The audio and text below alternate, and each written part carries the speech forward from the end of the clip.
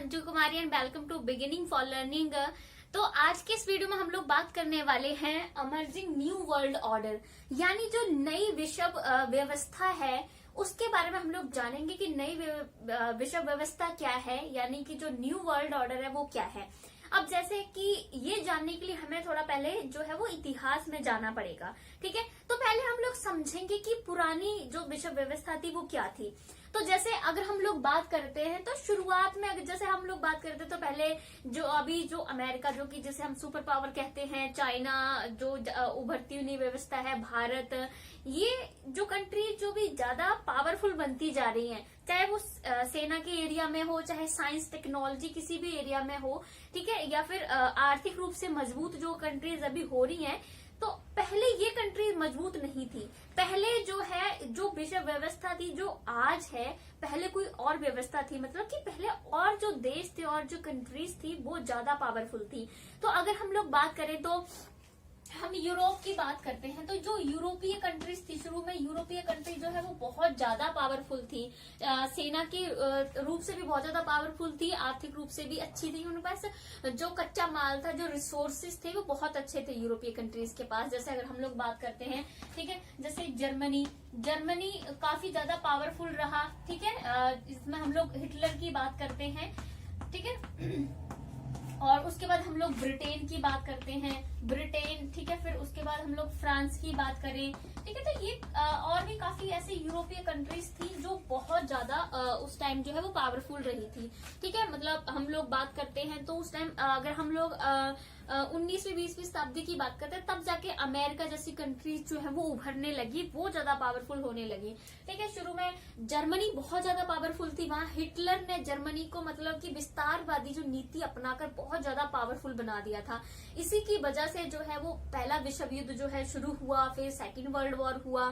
फिर जब ये वर्ल्ड वॉर होते हैं तब ये जो कुछ कंट्रीज है वो सामने आती है वर्ल्ड वॉर के टाइम पे, ठीक है। जैसे हम लोग मित्र राष्ट्र और धुरी राष्ट्र की बात करते हैं जब वर्ल्ड वॉर होते हैं तो, ठीक है।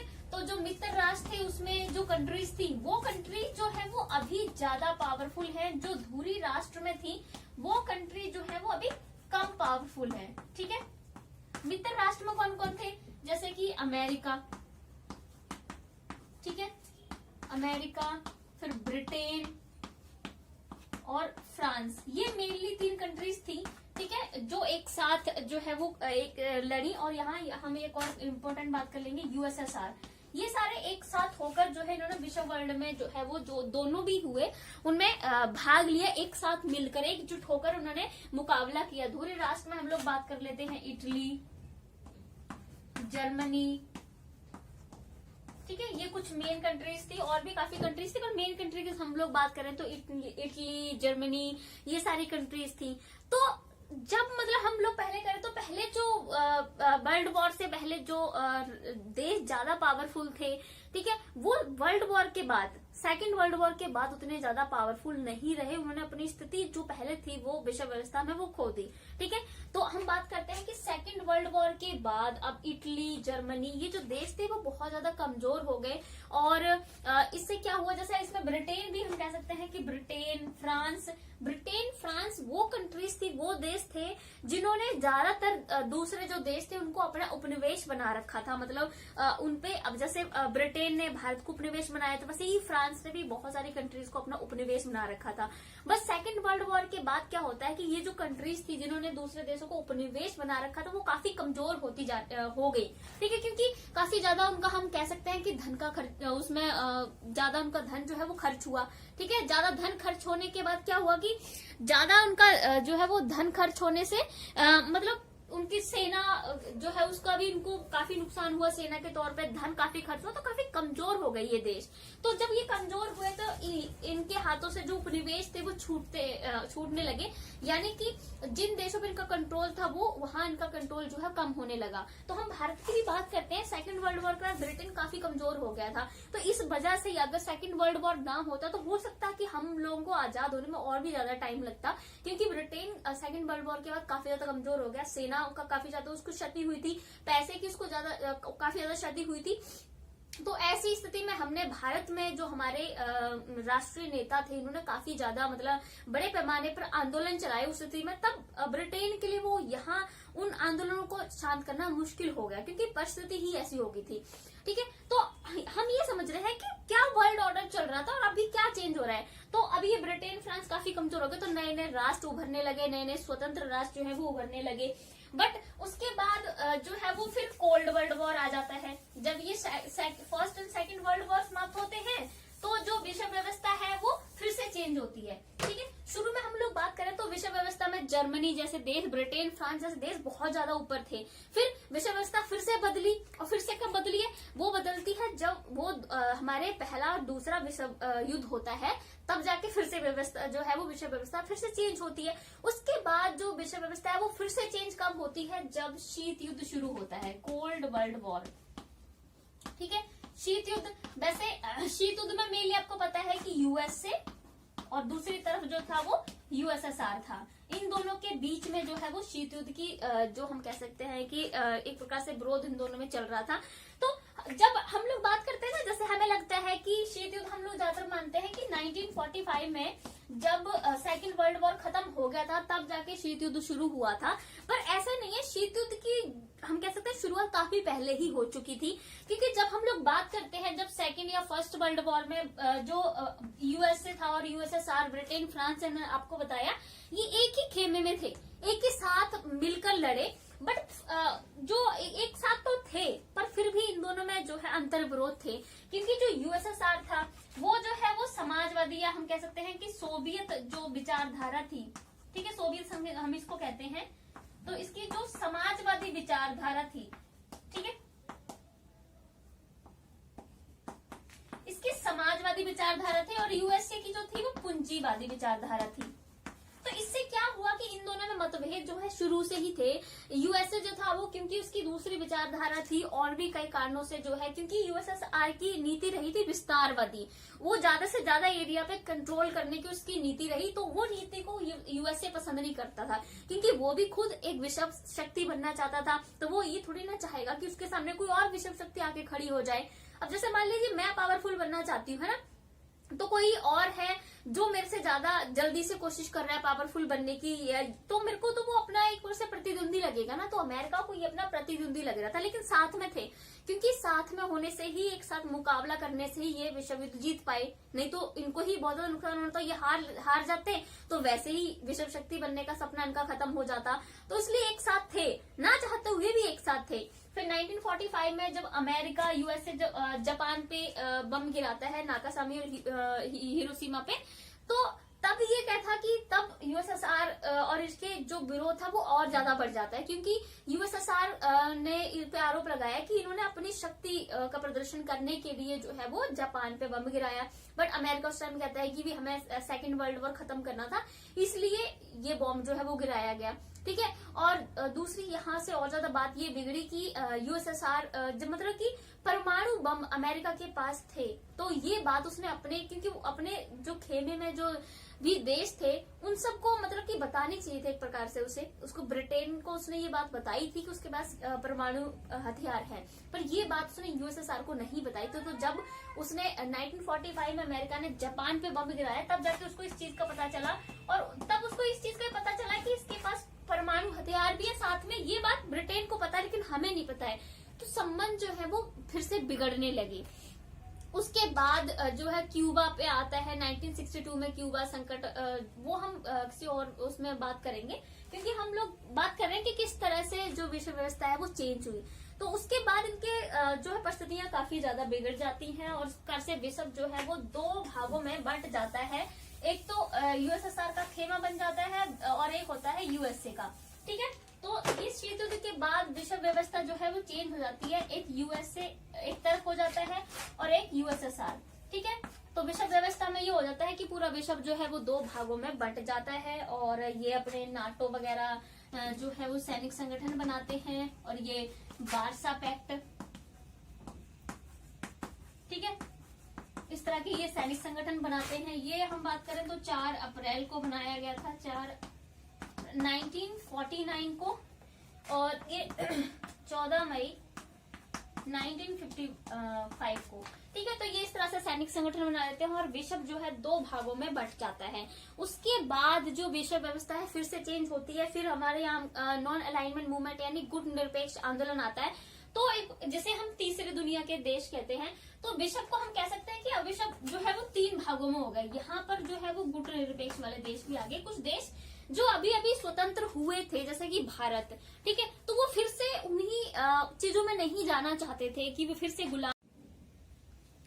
तो इस प्रकार से विश्व जो है उसमें नई एक विश्व व्यवस्था बनी कि 3 भागों में एक प्रकार से विश्व जो है वो बंट गया। उसके बाद फिर से चेंज कब आता है विश्व व्यवस्था में, जब यूएसएसआर का अंत हो जाता है। एक प्रकार से जो यूएसएसआर जो संगठन था वो जब खत्म हो जाता है तब जाके जो है एक नई विश्व व्यवस्था फिर से आती है। ठीक है, 1991 में जो यूएसएसआर था, ठीक है, वो हो जाता है खत्म। क्योंकि यूएसएसआर में ज्यादातर ये हुआ था कि उनमें आंतरिक रूप से विघटन हो गया जो यूएसएसआर में देश थे। क्योंकि ज्यादातर देश जो थे वो भी अब इस युद्ध से, इस टकराव से जो कि दूसरे सामने वाले देशों के साथ चल रहा था यूएसए के, वो थक चुके थे। काफी ज्यादा पैसा, सैनिक सब काफी ज्यादा उनका बर्बाद हो चुका था। तो अब देश काफी शांति चाहते थे और काफी देश जो है वो स्वतंत्र होना चाहते थे। काफी जो गुट निरपेक्ष देश थे उनसे प्रभावित थे। तो इस प्रकार से कई कारणों से यूएसएसआर जो है वो संगठन पूरा टूट जाता है, बिखर जाता है और 1991 में खत्म हो जाता है। फिर हमारे पास नई विश्व व्यवस्था आती है। उसमें नई विश्व व्यवस्था में क्या आता है कि अमेरिका की हेजेमनी यानी अमेरिका सबसे सुपर पावर जो है वो बन जाता है। उसकी प्रभुत्व जो है विश्व में स्थापित हो जाती है 1991 के बाद। ठीक है, क्योंकि अब यूएसएसआर जो उसका प्रतिद्वंदी था वो तो हो गया खत्म। तो अब विश्व व्यवस्था में एक ही जो शक्ति थी वो अमेरिका ही बचा था। ठीक है, पहले 2 विश्व पावर थी सामने। ठीक है, बट अब सिर्फ अमेरिका ही बचा था। तो अमेरिका ने अपना प्रभुत्व, अपनी हेजेमनी जो है वो पूरी तरह से स्थापित कर ली। ठीक है, और जैसे कि हम लोग बात करते हैं पहले सैनिक संगठन, जैसे अमेरिका ने अपना सैनिक संगठन बनाया था नाटो। ठीक है, तो नाटो उसके सामने उसका एक तरह से कह सकते हैं कि उसका मुकाबला करने के लिए यूएसएसआर ने भी वार्सा पैक्ट सैनिक संगठन बनाया था। ठीक है, तो अब क्या है कि वार्सा पैक्ट खत्म हो गया। जब यूएसएसआर खत्म हो गया तो वार्सा पैक्ट भी खत्म हो गया, यानी अब एक ही सैनिक संगठन बचा था। तो जो वार्सा पैक्ट में पहले देश शामिल थे जिस सैनिक संगठन में, वो भी अब जो है वो नाटो में आके शामिल हो गए। और अमेरिका को भी इस चीज का पूरा एहसास होगा कि मेरा प्रतिद्वंदी खत्म, अब मैं ही अकेला बचा हूँ। तो इस प्रकार से कोई भी देश जो है वो अकेला अमेरिका का सामना करने के लिए अमेरिका से हिम्मत नहीं करता। क्योंकि अमेरिका जो है सैनिक रूप से भी हम लोग बात करें, सेना भी उसकी काफी ज्यादा मजबूत है। ठीक है, आर्थिक रूप से भी काफी ज्यादा अच्छा है। ठीक है, मतलब काफी उनके पास रिसोर्सेज है। काफी हम लोग बात करें तो अंतरिक्ष की बात कर सकते हैं, साइंस एंड टेक्नोलॉजी की बात कर सकते हैं, इंफॉर्मेशन जो सूचना एंड तकनीकी है उसकी बात कर ले, एजुकेशन की बात कर ले, हर चीज में अमेरिका जो है वो सबसे आगे हो गया। ठीक है, तो इस प्रकार से सब चीजों से आगे हुआ और उसी का सैनिक संगठन अभी है। ठीक है, अकेला। तो अमेरिका की पूरी तरह से जो है वो हेजेमनी विश्व पे स्थापित हो जाती है। और आगे हम लोग बात करेंगे तो जैसे जो भी आर्थिक अंतर्राष्ट्रीय संस्थाएं जैसे वर्ल्ड बैंक, आईएमएफ, इन सारी जैसे यूएनओ, ये सारी संस्थाएं हैं, इन पर भी अमेरिका का ही प्रभुत्व जो है वो रहा। क्योंकि अमेरिका सबसे ज्यादा फंडिंग करता। ठीक है, और दूसरा कि वो पावरफुल भी ज्यादा था। तो कोई भी ऐसा संस्था, अंतर्राष्ट्रीय कोई भी संस्था इतनी मजबूत तो है नहीं। अगर हम रियलिटी देखें तो कोई भी अंतर्राष्ट्रीय स्तर पर कोई संस्था बनी है किसी चीज को कंट्रोल करने के लिए तो वो इतनी मजबूत नहीं है, बस उसके एक तरह से नाम के लिए बना दिया गया है। कोई भी ऐसी संस्था अमेरिका के खिलाफ कोई भी डिसीजन लेने से जो है पीछे हटती है। ठीक है, तो इस प्रकार से हम कह सकते हैं कि नई विश्व व्यवस्था अब आई कि 1991 के बाद जो है पूरी तरह से हम कह सकते हैं कि अमेरिका की हेजेमनी जो है वो स्थापित हो गई। उसके बाद हम कह सकते हैं कि दूसरा पॉइंट हम लोग बात कर सकते हैं कि जो बैलेंस बना था, ठीक है, बैलेंस ऑफ पावर, जो एक शक्ति का संतुलन था विश्व में वो भी खत्म हो गया। एक तो अमेरिका की हेजेमनी स्थापित हुई, दूसरा कि जो शक्ति का संतुलन था, क्योंकि आपको पता है यूएसएसआर और यूएसए आमने सामने थे। तो एक प्रकार से था कि पूरे विश्व में शक्ति का संतुलन था कि किसी एक के पास बहुत ज्यादा पावर नहीं थी, कोई एक बहुत ज्यादा शक्तिशाली नहीं था और विश्व शांति के लिए खतरा भी नहीं बन सकता था। क्योंकि अगर वो कुछ करेगा तो सामने वाला उसका प्रतिद्वंदी उसके सामने खड़ा है। एक प्रकार से ये तराजू की तरह थे कि इसके पास पास भी पावर उतनी थी, इसके पास भी पावर थी, तो दोनों एक दूसरे के प्रतिद्वंदी थे। लेकिन तो एक प्रकार से शक्ति संतुलन बना हुआ था, है ना, पूरी तरह से बना हुआ कि आधे देश यहाँ पर थे तो आधे देश यहाँ पर भी थे, ठीक है। और कुछ जो है वो गुट निरपेक्ष में गए। वो एक प्रकार से हम बात करें ना, तो जो देश गुट निरपेक्ष में गए वो बहुत ज्यादा पावरफुल नहीं थे, क्योंकि अभी अभी तो उन्होंने स्वतंत्रता प्राप्त की थी। वही देश गुट निरपेक्ष उसमें गए, एक प्रकार से अविकसित देश थे, विकासशील देश बनने की एक प्रकार से एक लाइन में थे, एक प्रगति मतलब विकासशील देश थे वो, ठीक है। तो बहुत ज्यादा एक प्रकार से हम कहें कि 3 संगठन हम नहीं मान सकते कि गुट निरपेक्ष भी उतना पावरफुल था। उसमें कमजोर देश ही थे जो अभी अभी आजाद हुए, उन्होंने अपनी अर्थव्यवस्था को अभी तक सही से संभाला भी नहीं था। तो अभी बैलेंस ऑफ पावर था, क्योंकि दोनों थे तो दोनों के पास अपने प्रदेश के भी सैनिक संगठन था, नाटो, सीटो, सेंटो, इसने भी बार्सा पैक्ट अपने सामने से बना रखा था पूरा मजबूत। और जब अमेरिका ने नाटो बनाया था, ठीक है, मैंने आपको बताया 4 अप्रैल 1949 को बनाया था, तब इसमें 12 देश जो है वो शामिल हुए थे। और जब ये नाटो बनाया गया सैनिक संगठन, तो अमेरिका ने सीधा बोला कि इसमें जितने भी देश शामिल है ना, अगर किसी एक देश पे हमला होता है तो वो पूरे जितने भी देश नाटो में शामिल है सब पे हमला माना जाएगा। यानी किसी एक पर कोई विपत्ति आती है तो सारे एक साथ में आएंगे लड़ने के लिए, ठीक है। तो मतलब और एक प्रकार से ये भी यूएसएसआर जो था उसके खिलाफ ही बनाया गया था, कि भी उससे मुकाबला करने के लिए बनाया गया था। तो जब इन्होंने बनाया तभी यूएसएसआर को भी एहसास हो जाता, तो उन्होंने भी अपने सैनिक संगठन बार्सा पैक्ट जो है वो 14 मई 1955 को बना दिया। वो भी उन्होंने मुकाबला करने के लिए ही बनाया, उनका भी यही मकसद था कि जो नाटो में देश शामिल है उनका मुकाबला करना है, ठीक है। तो बैलेंस ऑफ पावर अच्छे से था, बट जब ये यूएसएसआर खत्म हो जाता है तो बैलेंस ऑफ पावर जो है वो भी खत्म हो जाता है, क्योंकि अब अमेरिका अकेला ही शक्तिशाली एक देश जो है वो बच जाता है, तो बैलेंस ऑफ पावर जो है वो नहीं रहेगा, ठीक है। विश्व में उसका सामना करने वाला कोई बचा नहीं, तो बैलेंस ऑफ पावर जो है वो खत्म हो गया। और एक ही जो मिलिट्री यानी जो सैनिक संगठन था वो इकलौता सैनिक संगठन विश्व में बचा, जिसे जो है वो नाटो कहा गया, ठीक है। तो इस प्रकार से जो है वो नई विश्व व्यवस्था जो है वो सामने आने लगी। उसके बाद हम लोग बात करते हैं कि आपको पता है कि थर्ड पॉइंट हम लोग बात कर लेते हैं यूएनओ की, ठीक है, यूनाइटेड नेशंस ऑर्गेनाइजेशन। यूएनओ जो है वो 1945 में बनाया गया था, ठीक है। 1945 में यूएनओ क्यों बनाया गया था, ताकि जैसे फर्स्ट वर्ल्ड वॉर हुआ, सेकंड वर्ल्ड वॉर हुआ, तो इसलिए बनाया गया यूएनओ ताकि ये विश्व शांति को बनाए रखे और थर्ड वर्ल्ड वॉर को ना होने दे, कैसे भी रोके कि कई देशों में अगर टकराव हो रहे हैं, तीसरे विश्व युद्ध की स्थिति बनती जा रही है, तो यूएनओ उस स्थिति को जो है वो बनने ना दे, मतलब थर्ड वर्ल्ड वॉर की तरफ विश्व को जाने ना दे, शांति बना के रखे विश्व में, इस उद्देश्य से इसको बनाया गया, ठीक है। और फिर इसकी सुरक्षा परिषद जो कि सबसे ज्यादा मेन है, सिक्योरिटी काउंसिल। सुरक्षा परिषद में जो है वो 5 मेंबर चुने गए, 5 मेंबर स्थायी मेंबर, ठीक है, अस्थायी भी है इसमें, लेकिन 5 स्थायी मेंबर जो कि कभी चेंज नहीं हुए थे, ठीक है, वो 5 चुने गए। वो कौन कौन से थे, अमेरिका, ठीक है, ब्रिटेन, फ्रांस,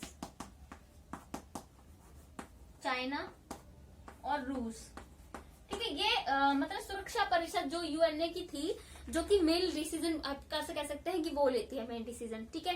तो यहाँ पर ये 5 देश स्थायी रूप से चुने गए और इन 5 के पास जो है वीटो की पावर है, ठीक है। यानी कोई भी डिसीजन लेना होता है तो अगर किसी एक ने वीटो की पावर यूज कर ली तो वो डिसीजन नहीं लिया जाएगा, तो 5 के पास वीटो की पावर है।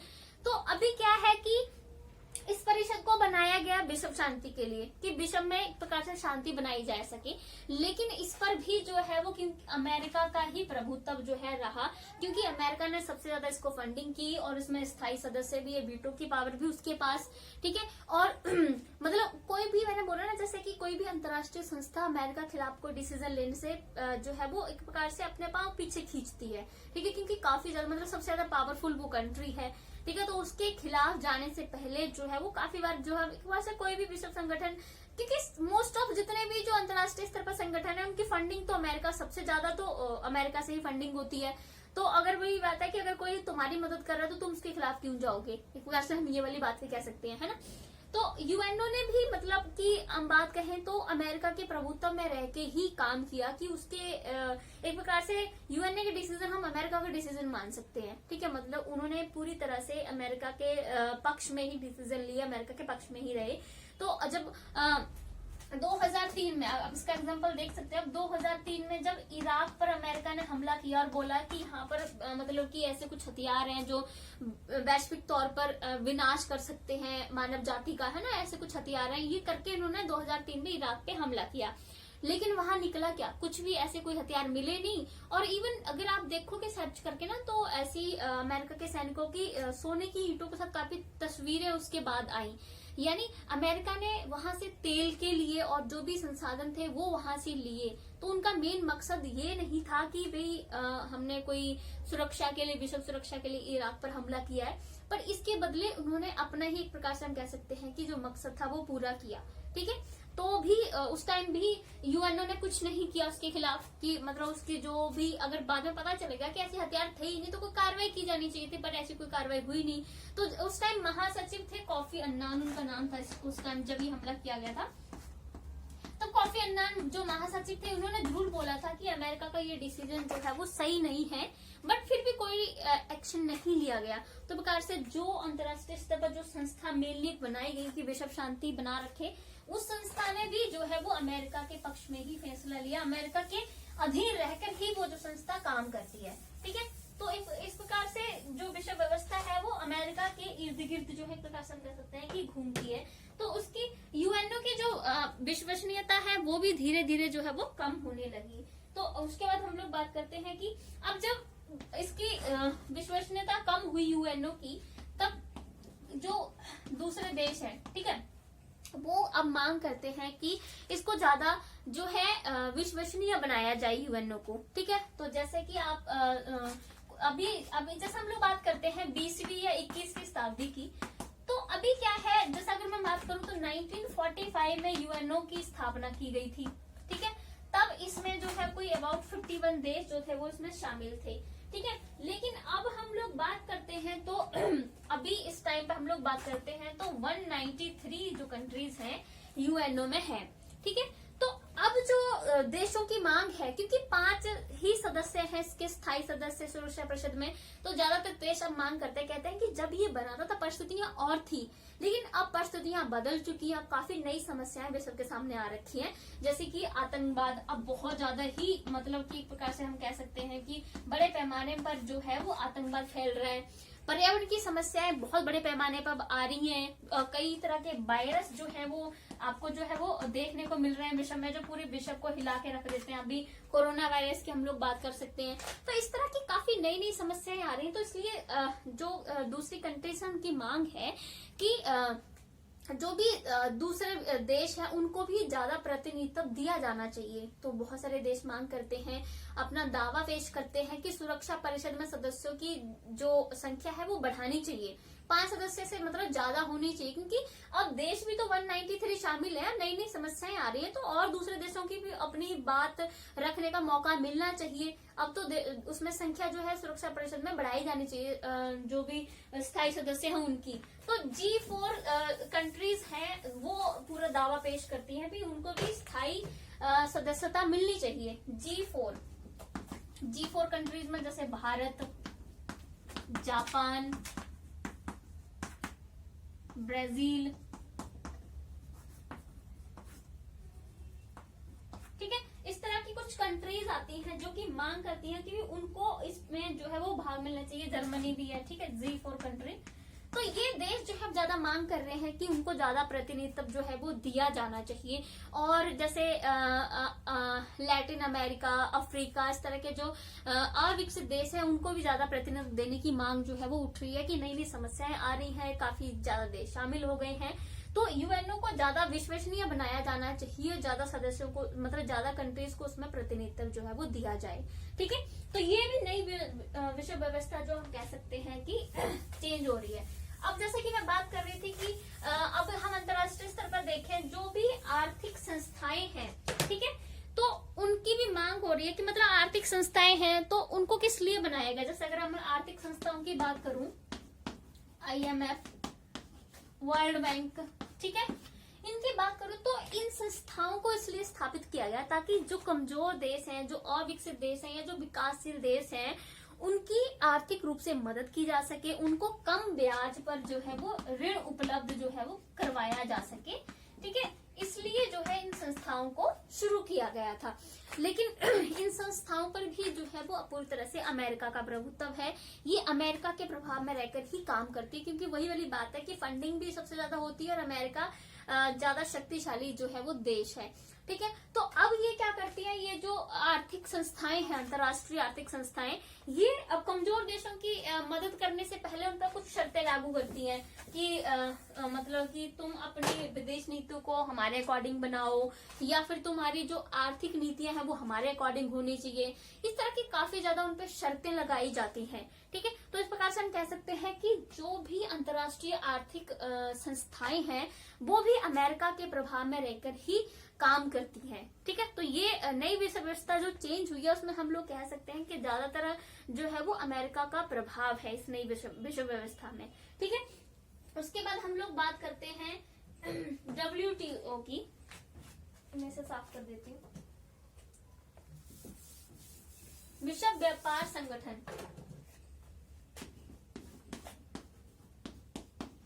वर्ल्ड ट्रेड ऑर्गेनाइजेशन यानी विश्व व्यापार संगठन, इसकी स्थापना जो है वो 1 जनवरी को की गई थी 1995 में। ठीक है, इसकी स्थापना क्यों की गई थी? इसकी स्थापना की गई थी ताकि जो भी अंतर्राष्ट्रीय स्तर पर जो व्यापार हो रहा है देशों के बीच में, उससे संबंधित जो भी नियम रेगुलेशन है उनको बनाया जा सके, और मतलब कि जो देश है आपसी देशों में व्यापार जो है बढ़ाया जा सके, मतलब कि जो भी आयात निर्यात जो कर लगता है उसको कम किया जा सके, खुली व्यवस्था हो एक प्रकार से ना, मतलब कि फ्री ट्रेड हो, इस तरह की चीजें जो है वो की गई ताकि ज्यादा से ज्यादा व्यापार होगा तो जो कंट्रीज है उनका ज्यादा विकास होगा, है ना। क्योंकि जो जैसे अभी बात करते हैं विकासशील देशों के पास काफी ज्यादा कच्चे संसाधन हैं, ठीक है, उनके पास उतनी टेक्नोलॉजी वगैरह नहीं है, तो ये वाली बात है कि ज्यादा व्यापार होगा तो उनका भी विकास होगा।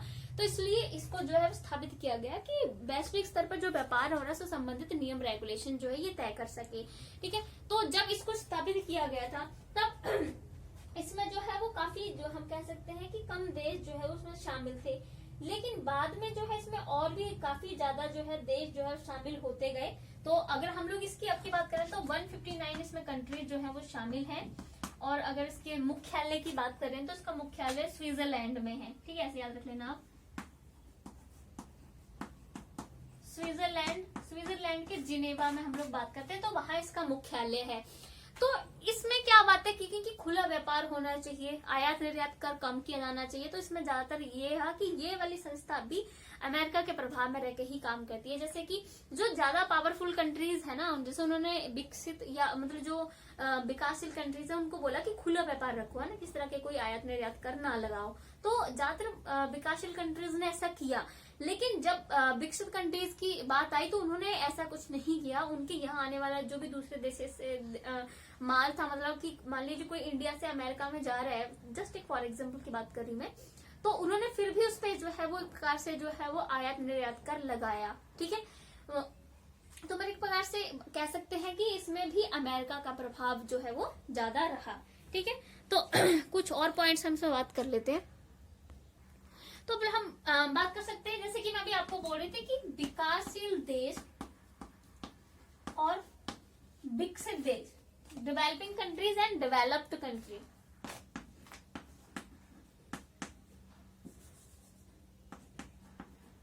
विकासशील और विकसित देश। ठीक है, तो अभी हम लोग बात करते हैं न्यू विश्व व्यवस्था में जो विकासशील देश हैं और जो विकसित देश हैं, उन दोनों की एक दूसरे पर जो निर्भरता है वो अभी ज्यादा बढ़ती जा रही है। ठीक है, क्यों? जैसे अभी विकासशील देशों के पास हम बात करें तो इनके पास संसाधन ज्यादा है। संसाधन मतलब कि इनके पास जो कच्चा माल है वो बहुत ज्यादा मात्रा में इनके पास उपलब्ध है, लेकिन इन लोगों के पास ज्यादा, हम लोग बात करते हैं ना टेक्नोलॉजी, जो तकनीकी है वो कम है इन लोगों के पास, लेकिन कच्चा माल, कच्चे संसाधन काफी ज्यादा भरपूर मात्रा में इन लोगों के पास है। ठीक है, तो विकसित देशों की बात करें, इन लोगों के पास जो है वो तकनीकी टेक्नोलॉजी बहुत ज्यादा अच्छी है। तो इस तरह से ये विकसित और विकासशील देश जो है वो एक दूसरे पर निर्भर होते जा रहे हैं। अभी हम लोग देखते हैं तो क्योंकि विकासशील देशों को भी अपना जो भी माल बनाना है उसके लिए कच्चा माल तो चाहिए है, उनके पास उतने ज्यादा रिसोर्सेज है नहीं, क्योंकि बहुत ज्यादा अच्छी अच्छी टेक्नोलॉजी है, तो पहले ही ज्यादा से ज्यादा कच्चे माल का प्रयोग वो कर चुके हैं। ठीक है, तो अब उनको कच्चा माल है तो उसके लिए वो विकासशील देशों से कच्चा माल लेते हैं और माल तैयार करते हैं, उनके पास अच्छी टेक्नोलॉजी है। तो इससे क्या होता है कि जो विकसित देश हैं, ज्यादातर जो विकासशील देश हैं, वहां जाकर अपनी इंडस्ट्रीज, उद्योग वगैरह वहां पर ज्यादा रूप से लगाते हैं। जब ये यहाँ उद्योग वगैरह लगाते हैं तो विकासशील देशों को भी फायदा होता है। ठीक है, एक तो उनके पास वहाँ टेक्नोलॉजी भी उन लोगों को मिल जाती है और उनको एक प्रकार से जो वहाँ के लोग हैं उनको रोजगार मिल जाते हैं उद्योगों में काम करने के लिए।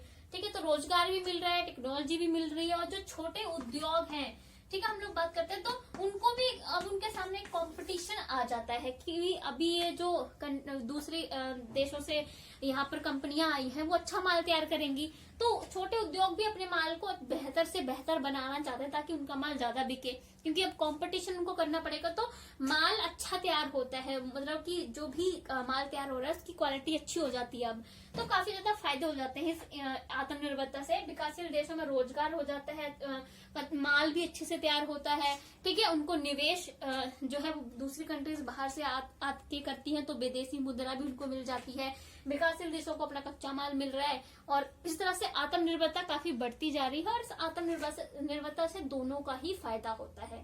ठीक है, तो इस प्रकार से जो है नई विश्व व्यवस्था में एक दूसरे पर निर्भरता बढ़ती जा रही है। अब हम लोग बात कर लेते हैं गुट निरपेक्ष जो आंदोलन था, नॉन अलाइनमेंट मूवमेंट।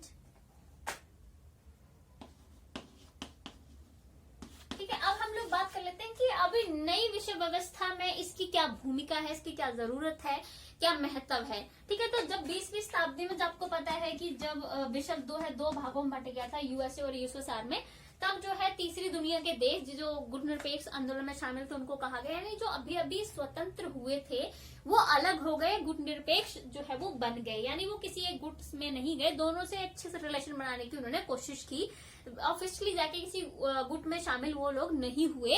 तो जैसे फॉर एग्जाम्पल हम लोग बात करते हैं भारत, मिस्र, इंडोनेशिया,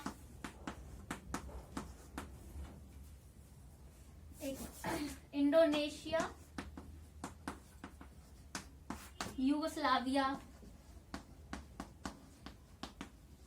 इस तरह की जो कंट्रीज थी, इन कंट्रीज के नेताओं ने मिलकर 20वीं शताब्दी में जो है गुट निरपेक्ष जो है स्थापित किया, यानी डिसाइड किया कि हम लोग जो है वो किसी एक गुट में जाके शामिल नहीं होंगे, क्योंकि अभी अभी उनको आजादी मिली, अब वो अपना शासन खुद चलाना चाहते थे, खुद अपने हाथों में शासन लेना चाहते थे, अपना आर्थिक विकास करना चाहते थे, जो कि पहले उनका नहीं हुआ, ज्यादातर उनको उपनिवेश बना के रखा गया और काफी ज्यादा उनको लूटा गया। तो अब वो उस आजादी को मतलब जीना चाहते थे जो इतने सालों से वो नहीं जी पाए थे, तो वो अब फिर से उस युद्ध में फिर से शामिल नहीं होना चाहते थे, क्योंकि उनकी आर्थिक हालात अब उतने सही नहीं थे, और वो इस तरह से फिर से किसी युद्ध में शामिल होना, क्योंकि इतनी मेहनत से, इतनी सालों के संघर्ष के बाद, इतने आंदोलनों के बाद उन देशों ने आजादी प्राप्त की थी, वो दोबारा से नहीं जाना चाहेंगे उस वाली स्थिति में। तो ये मेनली इन कंट्रीज के नेताओं ने मिलकर ये आंदोलन बनाया, और मतलब कि वैसे गुट निरपेक्ष बनाया कि हम किसी उसमें नहीं जाएंगे। ठीक है, तब ये बनाया था, तब इसमें मतलब इसकी जो पहली मीटिंग थी, हम लोग कहेंगे 1961 में इसकी पहली मीटिंग हुई थी सितंबर में, और सबसे पहले यूगोस्लाविया में हुई थी, नहीं इसको कर देते, यूगोस्लाविया में हुई थी, इसकी राजधानी बेलग्रेड में। तो जो नई विश्व व्यवस्था है वहां पर जो है वो जो ह्यूमन राइट्स है, मानव अधिकार है, उनकी भी बहुत ज्यादा मांग जो है वो उठने, क्योंकि इससे पहले आपने देखा होगी जर्मनी में हिटलर ने लोगों को गैस चैम्बर में डाल के उनको मारा, मतलब एक प्रकार से पूरा मानव अधिकार का उल्लंघन किया, मतलब नरसंहार पूरी एक तरह से किया गया। उसके बाद first world war, second world war में बहुत ज्यादा लोगों की मतलब से जो जब युद्ध हुए बहुत बड़े पैमाने पे सैनिक मार गए, और कुछ निहत्थे लोग जो रह रहे, बम गिराए गए, क्योंकि युद्ध चल रहा था तो कोई भी कहीं भी बम गिराए गए, तो उसमें लोगों को बहुत ज्यादा जान गंवानी पड़ी, मतलब मानव हानि हुई वहां पे। फिर 1945 में अमेरिका जापान पे बम गिराता है, तब वहां मतलब परमाणु बम गिराने से लोगों में, अगर आप सर्च करोगे ना, गूगल पे सर्च करके देखना, मतलब बहुत बुरी तरह से लोगों को जो है नुकसान हुआ वहां पर। और वहां ये नहीं है कि तब बम गिराएगा तभी लोगों की जाने गई, उसके बाद जो आगे उनकी आने वाली जनरेशन थी वो भी सही से नहीं, मतलब उनका डेवलपमेंट हुआ, आंख खराब, कभी किसी का कुछ, इस तरह से सही से, मतलब आगे आने वाली जो जनरेशन थी उनको भी इतना ज्यादा उनपे बुरा प्रभाव जो है वो पड़ा। तो इस वजह से बहुत ज्यादा, और फिर एक प्रकार से हम आतंकी जो घटनाएं हैं वो हमने बहुत देखी विश्व में, कि आतंकवादियों ने लोगों को शरेआम ऐसे दाग दिया, इस तरह की घटनाएं। तो इस तरह की जब घटनाएं विश्व में बढ़ने लगी तो जो यूएनओ है उसने क्या किया, मानवाधिकारों की रक्षा के लिए कदम उठाया। यूएनओ ने 10 दिसंबर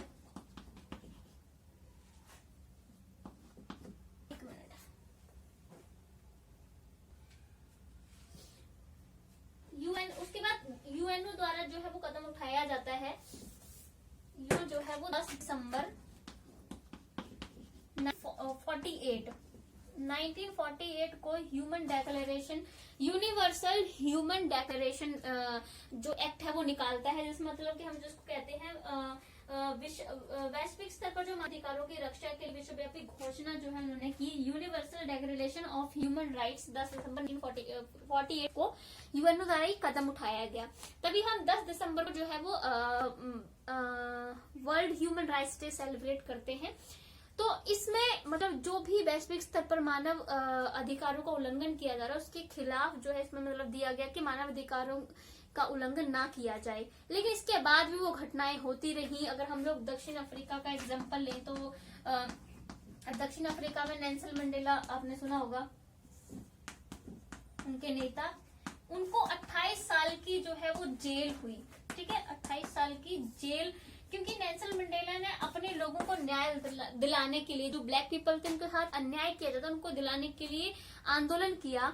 अब जो मानव अधिकारों का उल्लंघन किया जा रहा था उसके खिलाफ उन्होंने आवाज उठाई, तब उनको 28 साल की जेल भुगतनी पड़ी। तब मतलब इतना कुछ जो यूएनओ ने ये कदम उठाया, उस कदम का कुछ खास ज्यादा प्रभाव नहीं पड़ा। इसलिए फिर से 2006 में यूएनओ के द्वारा एक कदम उठाया जाता है। वो जब ये universal declaration of human rights आता है तब जो यूएनओ है वो एक कदम और उठाता है, वो ह्यूमन कमीशन बनाता है। ठीक है, मतलब मानव अधिकारों के ह्यूमन राइट्स कमीशन की स्थापना साथ में वो करता है, ताकि मानव एक मतलब जो यूएनओ है उसमें मानव अधिकारों की रक्षा के लिए ह्यूमन राइट्स कमीशन बनाकर, ताकि वो जो भी वैश्विक स्तर पर मानव अधिकारों का उल्लंघन हो रहा है उसके बारे में जांच पड़ताल कर सके, उसको रोकने के लिए नियम बना सके, वो भी उसने स्थापना की। लेकिन उसके बाद भी जैसे नेल्सन मंडेला के साथ हुआ, वो भी घटनाएं फिर भी घटित होती रही। तब 2006 में फिर से वो एक संस्था बनाता है यूएनओ, अपने उसी में उसको नाम दिया गया था human rights council. Human rights council, इसमें जो है वो 47 जो है वो इसके शामिल किए गए और इस काउंसिल को बनाया गया सो दैट मतलब जो भी वैश्विक स्तर पर मानव अधिकारों का उल्लंघन हो रहा है उसे रोका जा सके। ठीक है, वैसे ही एक आपने एमनेस्टी इंटरनेशनल का नाम सुना होगा, वो भी एक गैर सरकारी संस्था है जो मानव अधिकारों की रक्षा के लिए काम करती है। एमनेस्टी इंटरनेशनल ये गैर सरकारी संस्था है।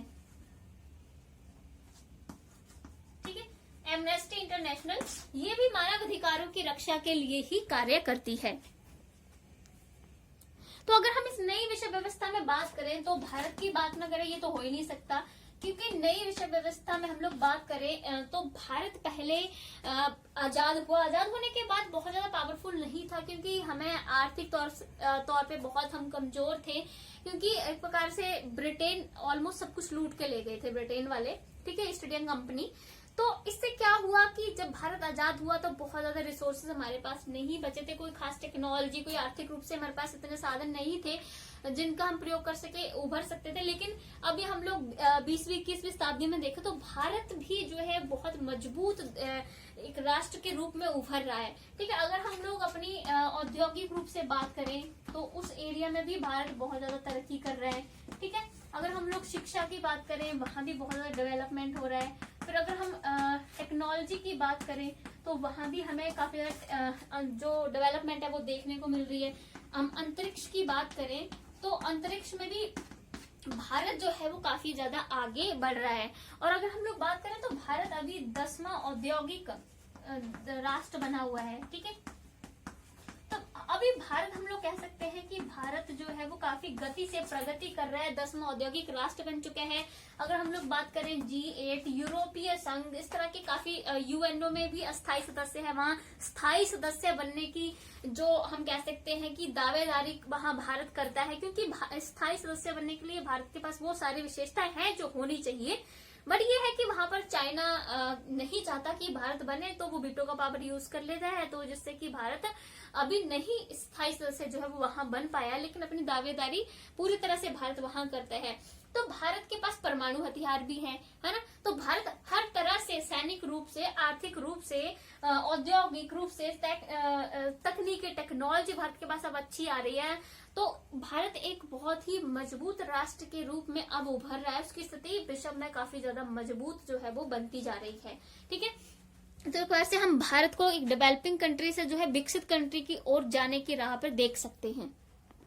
बाकी हम लोग नई विश्व व्यवस्था में और भी कई चीजें देख सकते हैं, जैसे यहाँ पर कुछ बुरी चीजें भी आई हैं। आतंकवाद बहुत ज्यादा जो है वो बढ़ गया है, ठीक है। आतंकवाद जो है वो अविकसित देश या विकासशील देशों के लिए खतरा नहीं है, विकसित देशों के लिए भी खतरा है। आपने देखा होगा 2001 में अमेरिका के जो विश्व व्यापार संगठन था, वहां पर आतंकवादियों ने हमला किया। भारत में भी 26/11 हमले याद है।